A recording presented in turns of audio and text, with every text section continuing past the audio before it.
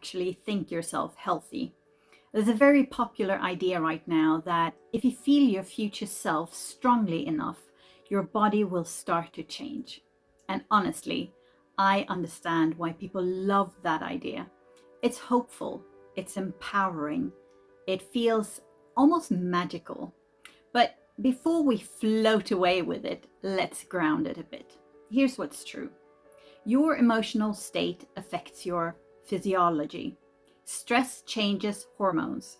Hormones change immune function. Chronic stress increases inflammation. That's not philosophy, that's biology. Here's the fascinating part. Your body listens to your interpretation of reality.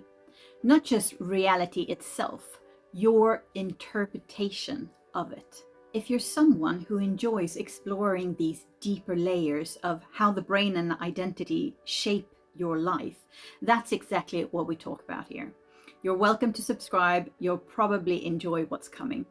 So let me ask you this. Do you believe thoughts alone can heal disease? Or do you think something more practical is happening? When people like Joe Dispenza talk about becoming your future self in meditation, they're not completely wrong. Something is happening.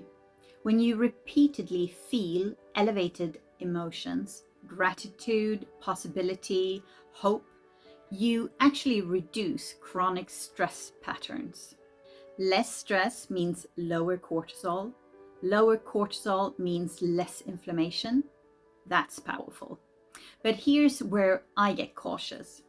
When we confuse regulation with miracle, there's a big difference between I can influence my nervous system and I can override biology with thought alone.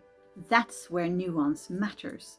And the reason this feels magical has less to do with energy fields and more to do with how your brain predicts and filters reality. And this is where it gets interesting. Okay, so look at your palm. Imagine I put a lemon in it. Imagine it. Slice it. Now bite into it. Did your mouth react? There's no lemon, but your body responded anyway. Your brain doesn't fully separate imagination from experience.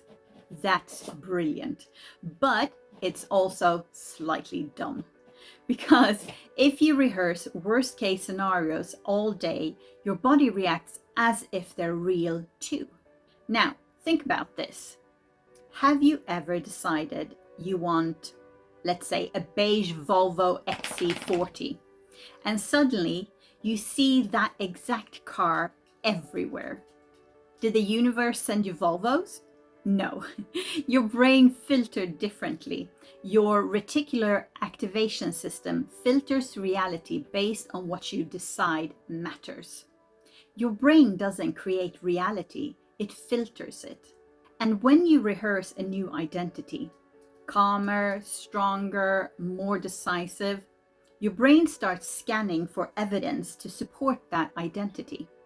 It doesn't magically create opportunities, but it makes you notice them. And noticing changes behavior. And behavior changes outcomes. Your brain rehearses what it expects to experience. That's predictive wiring. This is where it becomes powerful, but grounded. When you change identity, you change behavior. When you change behavior consistently, you change long-term biology. Not overnight, not magically, but in measures. If you begin to see yourself as someone who handles stress differently, moves regularly, sleeps intentionally, your daily choices shift. And daily choices compound.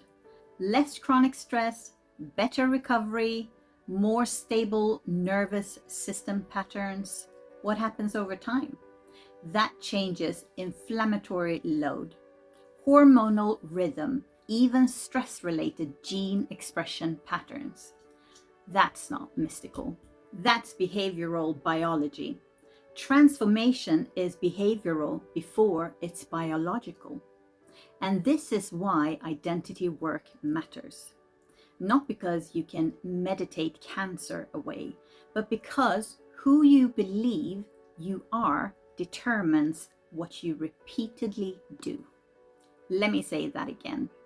Who you believe you are determines what you repeatedly do. And repetition shapes systems. If you want to go deeper into shifting identity in a grounded way, I've created something structured and practical that walks you through it step by step. I'll link it below. No magic formulas, just intentional rewiring. Here's where I land. I do believe there's more to life than what we can measure. I believe hope matters. I believe belief changes people. I believe meaning shapes behavior. But I also believe the brain is extraordinary enough on its own. You don't need mysticism to understand transformation.